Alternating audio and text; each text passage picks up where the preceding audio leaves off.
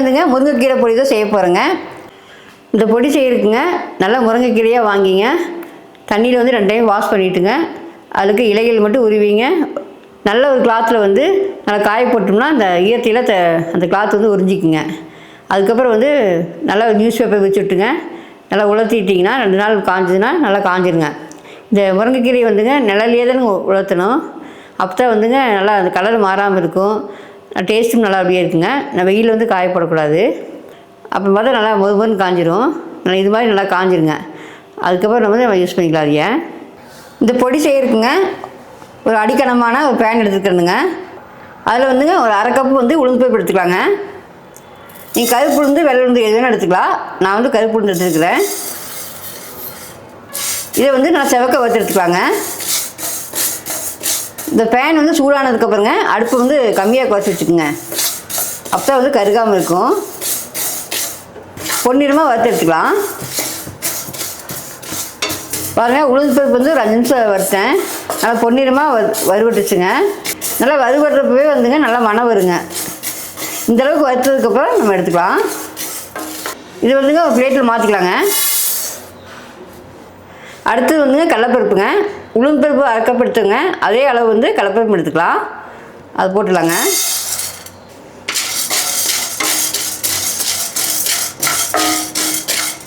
இதையும் பொன்னிறமாக வறுத்து எடுத்துக்கலாங்க.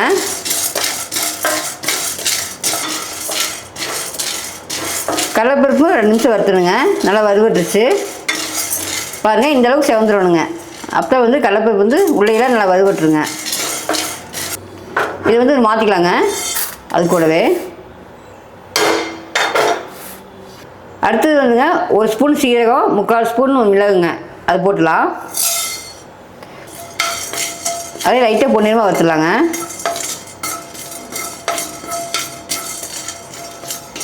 சீரகம் போட்டோடனே புரிஞ்சுருங்க. அதனால் வந்து டக்குன்னு கருகிரும். பார்த்து எடுத்துக்கோங்க.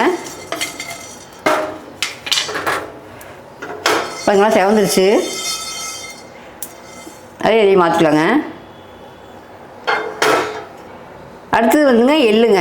எள்ளு வந்து நம்ம கருப்பில் எடுத்துக்கிறோங்க. சப்போஸ் உங்களுக்கு வெள்ளை எள்ளு இருந்தாலும் போட்டுக்கலாம். 1/2 டேபிள் ஸ்பூன் அளவுக்கு எடுத்துக்கிறேன். அது போட்டுக்கலாங்க.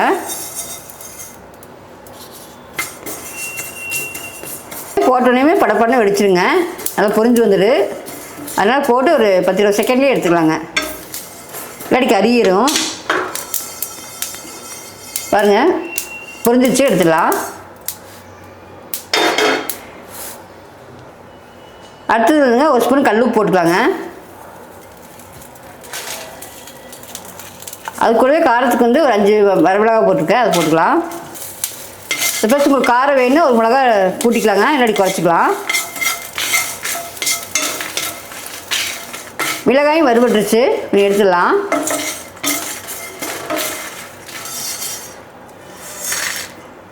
அடுத்தது வந்து முருங்கைக்காய் போட்டுக்கலாங்க. நான் முதலே காய வச்சு எடுத்ததுனால நல்லா காஞ்சி இருக்குதுங்க.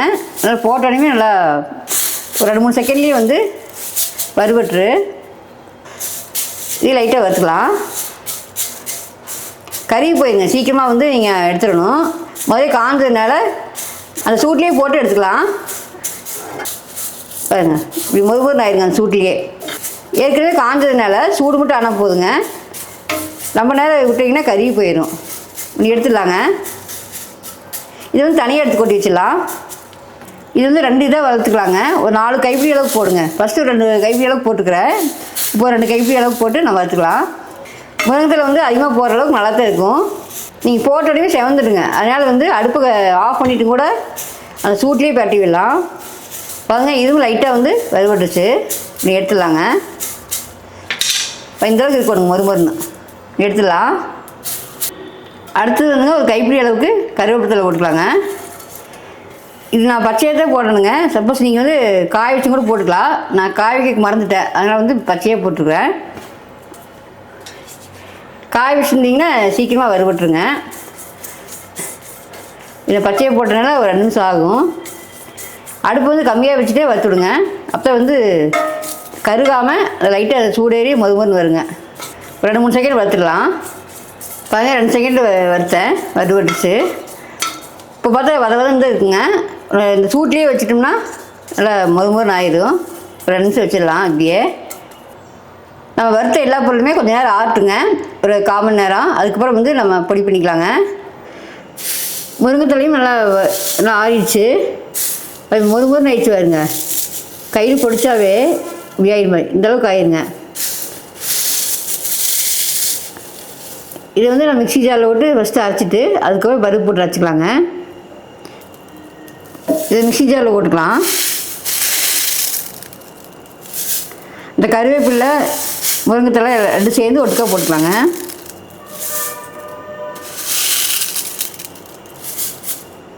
இதை அரைச்சி எடுத்துட்டுங்க. அதுக்கப்புறம் வந்து நான் பருப்பெல்லாம் போட்டு அரைச்சி எடுத்துக்கலாங்க.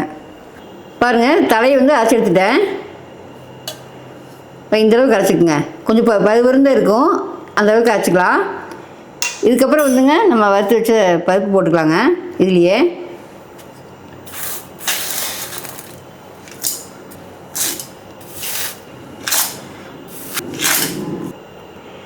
இது கூட வந்துங்க ஒரு 1/4 டீஸ்பூன் பெருங்காயத்தூள் போட்டுக்கலாங்க.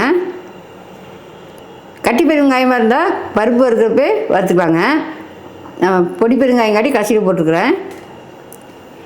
இது வந்துங்க குறைப்பாக அரைச்சி எடுத்துக்கலாங்க. பருப்பையும் போட்டு அரைச்சி எடுத்துட்டுங்க.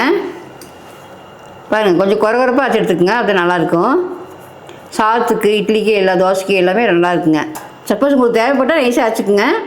ஆனால் குறைப்பாக இருந்தாவே கொஞ்சம் டேஸ்ட்டாக தான் இருக்கும். இது வந்துங்க ஒரு பிளேட்டில் கொட்டி ஆற வச்சிடலாங்க.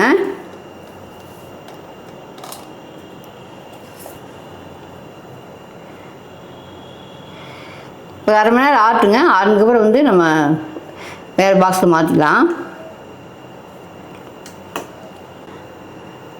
பாருங்கள், 10 நிமிஷம் ஆற வச்சுட்டேன். ஆறிடுச்சுங்க. முருங்கைத்தலை பொடி ரெடி ஆயிடுச்சுங்க. சாதத்துக்கு பெசஞ்சு சாப்பிட்டா நல்லாயிருக்கும். இட்லி தோசைக்கெலாம் வச்சுக்கலாங்க, நல்லாயிருக்கும்.